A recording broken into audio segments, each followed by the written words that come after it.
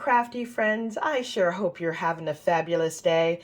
My name is Robyn Pitt with Sir Chauncey Rocco Creative Designs. Welcome to my channel. Thank you so much for joining me on my crafty adventure. Today I have a fun project that I've created for ASC Craft Supplies.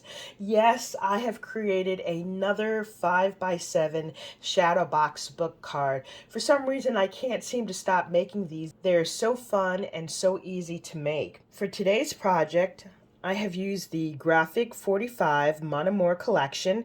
This is available at ASC Craft Supplies. You can reach them on the web or their Etsy store.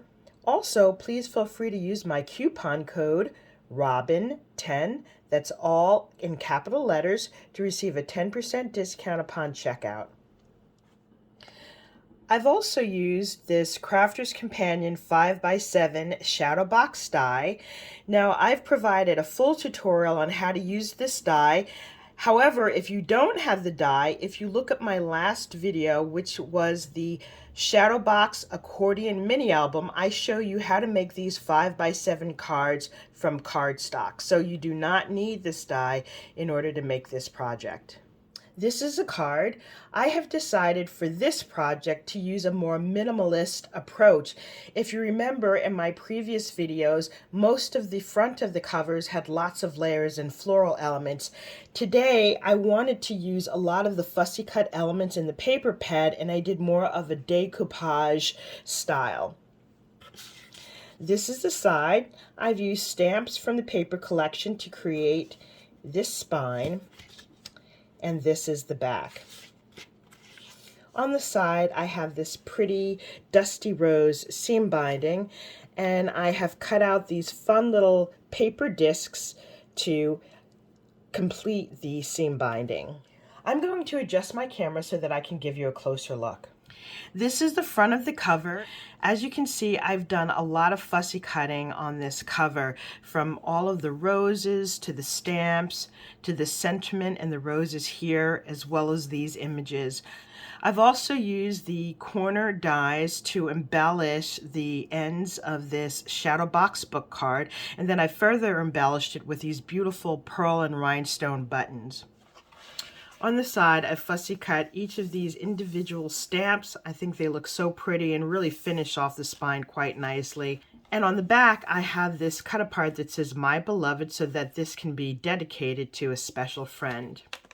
I love this beautiful seam binding, and as I mentioned earlier, I've cut out these little discs. These not only provide a decorative element to your ribbon or your seam binding, but also it helps prevent them from fraying. And to make these circles, I've used this Tim Holtz circle punch. This is a 1/2 inch. And I simply cut out 2 discs and glued them back to back. So let's take a look inside. Here's the inside of this card, and I love the way this looks. This has so much dimension and detail. Here on either side, we have these beautiful corner dies. Lots of fussy cutting here. We've got this cluster of roses, and all of these are fussy cut, as well as here. And on the opposite side, I use lots of layers in this card. I have 2 layers on the back for this large piece here where the white roses are, and then I have another layer of foam tape behind these individual stamps. And as you can see, I've used this beautiful heart pearl rhinestone to bridge these 2 elements together. And then I have at the very bottom these beautiful fishtail banners that connect the entire piece together. I also added in these 3 pearls here. This Amour collection is such a romantic paper. All of the sentiments are just beautiful. Here it says, "I carry your heart with me. I carry it in my heart." And on the opposite side, again, you can see all of this beautiful fussy cutting detail. This piece says "Mon Amour." And then I have this wonderful couple here, and I love this sentiment that says, "When I saw you, I fell in love, and you smiled because you knew." And then I added more pearls here in the corner.